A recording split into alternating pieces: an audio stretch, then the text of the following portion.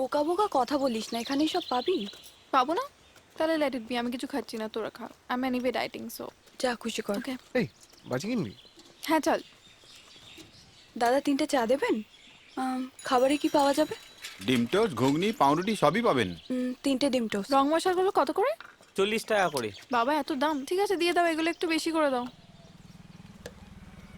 আচ্ছা দাদা, এখানে মালফাল কিছু পাবেন না দাদা, পুলিশ গতকাল থেকে হেভি রেড মারছে। মদ নয়, একটা ঠিকানা চাই। কার ঠিকানা? এই কোন হোটেলে উঠছি রে?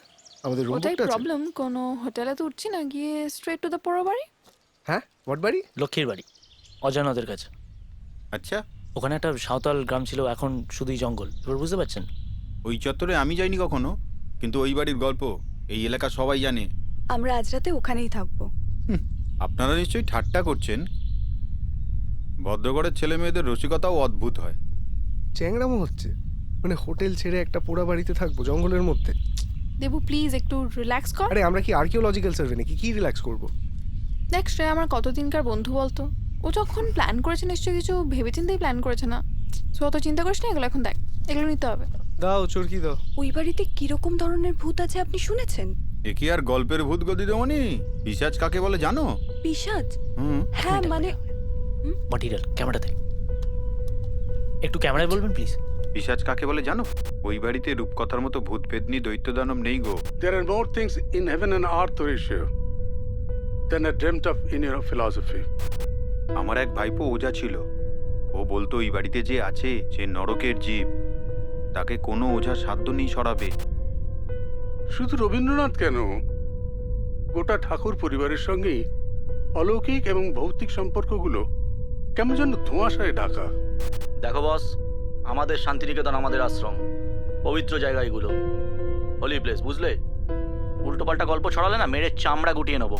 ঠাকুর বাড়ির ব্ল্যাক ম্যাজিক চর্চার ইতিহাস নিয়ে রিসার্চ শুরু করে দিলাম। 1 মাসের মধ্যে আমার ফান্ডিং বন্ধ হয়ে গেল।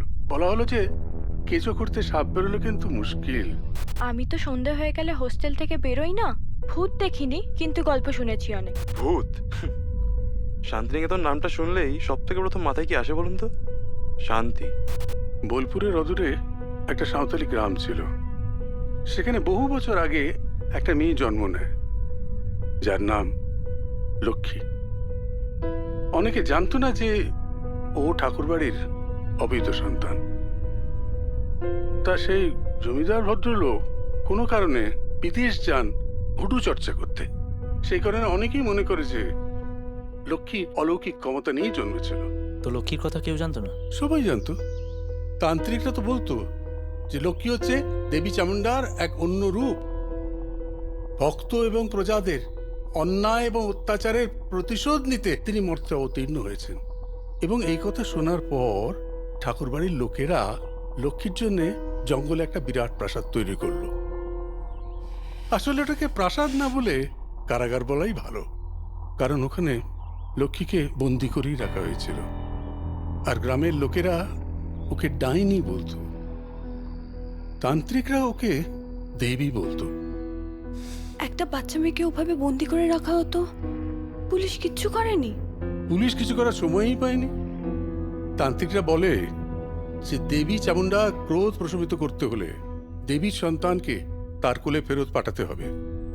তাই ঠিক করা হয় যে কোনো এক ভূত চতুর্দশী রাতে লক্ষ্মীকে নরবলি দেওয়া হবে। তবে হাঁড়ি কাটে নয়, কারণ দেবী চামুন্ডা তো রক্তকে ভয় পান না। পুরাণে আছে যে তিনি নিজে হাতে রক্তবীজকে ধ্বংস করেছিলেন। তাই লক্ষ্মীকে জীবিত অবস্থায় দাহ করা। জয় মা চামুন্ডা।